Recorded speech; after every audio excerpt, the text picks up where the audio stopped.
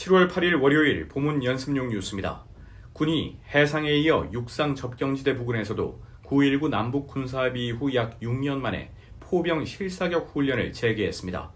해당 사격장들은 군사분계선 이남 5km 안에 위치하며 2018년 9.19 군사합의 이후 포사격 훈련이 실시되지 않은 곳들입니다.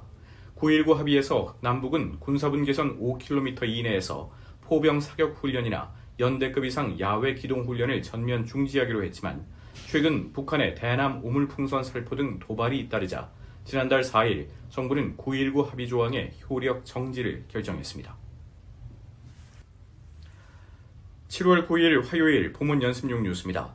북한이 오늘 새벽 발사한 탄도미사일 2발 중 한 발은 발사 실패로 평양 인근에 낙하했을 가능성이 큰 것으로 전해졌습니다. 합참은 북한이 황해남도 장현 일대에서 동북 방향으로 탄도미사일 2발을 발사해 이 가운데 한 발은 600여 킬로미터를 비행했지만 나머지 한 발은 120여 킬로미터밖에 비행하지 못했다고 밝혔습니다.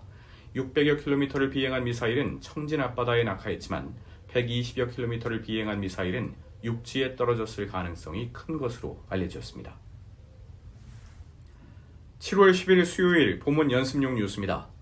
정부가 최근 의사 커뮤니티에 재등장한 복귀 전공의 명단에 대해 경찰에 수사를 의뢰했습니다. 조규홍 보건복지부 장관은 오늘 정부 서울청사에서 의사 집단행동 중앙재난안전대책본부 회의를 열고 복귀하려는 전공의를 방해하려는 불법적인 행동도 나타나고 있다며 이같이 밝혔습니다. 조 장관은 개개인의 자율적인 의사결정을 방해하고 집단행동을 강요하는 것으로 매우 우려스러운 현상이라며 앞으로도 이와 같은 불법 행위는 절대 용납할 수 없으며 단호히 대응하겠다고 밝혔습니다. 7월 11일 목요일 보문 연습용 뉴스입니다. 오늘 오후 5시쯤 강원 평창군에 있는 한 국도에서 말을 싣고 가던 화물차가 넘어져 한때 말들이 도로를 활보하는 소동이 벌어졌습니다. 이 사고로 4.5톤 화물차 운전자인 40대 남성이 가벼운 부상을 입었고 화물차에 실려있던 말 4마리가 차량을 탈출해 도로를 쏘다녀 한때 사고 지점 일대에 일시적인 혼잡이 빚어졌습니다. 경찰과 소방당국은 도로 일부를 통제한 끝에 약 1시간 만인 오후 6시쯤 말 4마리를 모두 잡고 안전조치를 마쳤습니다. 7월 12일 금요일 보문 연습용 뉴스입니다. 미 연방 대법원이 도널드 트럼프 전 미국 대통령의 재임 기간 중 이루어진 공적인 행위에 대해 면책 특권이 인정된다는 결정을 내리자 조 바이든 대통령이 반발했습니다. 바이든 대통령은 긴급 대국민 연설을 통해 오늘 대법원의 결정은 법치를 훼손했다며 내 전임자는 4년 전 평화적인 정권 이양을 중단하기 위해 미 의회에 폭도들을 보냈다고 말했습니다. 그러면서 이제 결정은 미국인들이 내려야 한다며 오는 11월 대선에서 트럼프 전 대통령을 심판해야 한다고 강조했습니다. 7월 13일 토요일 보문 연습용 뉴스입니다. 최저임금위원회는 오늘 정부 세종청사에서 제7차 전원회의를 열고 내년도 최저임금의 업종별 구분 적용에 대한 논의를 이어갑니다.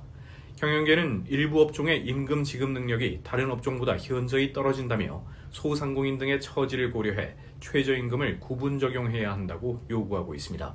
노동계는 업종별 차등 적용이 최저임금의 취지에도 어긋나는 차별이며 저임금 업종이라는 낙인을 찍고 구인난을 더 심화할 것이라고 강하게 반대하고 있습니다. 7월 14일 일요일 보문 연습용 뉴스입니다. 정부가 올해 말 종료 예정이었던 소상공인에 대한 도로 점용료 감면 기간을 2026년 말까지 2년 연장하기로 했습니다. 국토교통부는 2분기 국토교통규제위원회에서 이 같은 내용을 포함한 규제 개선 과제 41건을 발굴했다고 밝혔습니다. 우선 코로나19 상황이던 2020년 소상공인 지원을 위해 도입한 민간 사업자와 개인에 대한 도로 점용료 25% 감면을 연장합니다. 또 48톤 이상 고중량 차량의 운행 허가기간 연장을 위한 서류를 대폭 줄이고 민자고속도로의 미납 통행료 납부 방식을 일원화합니다.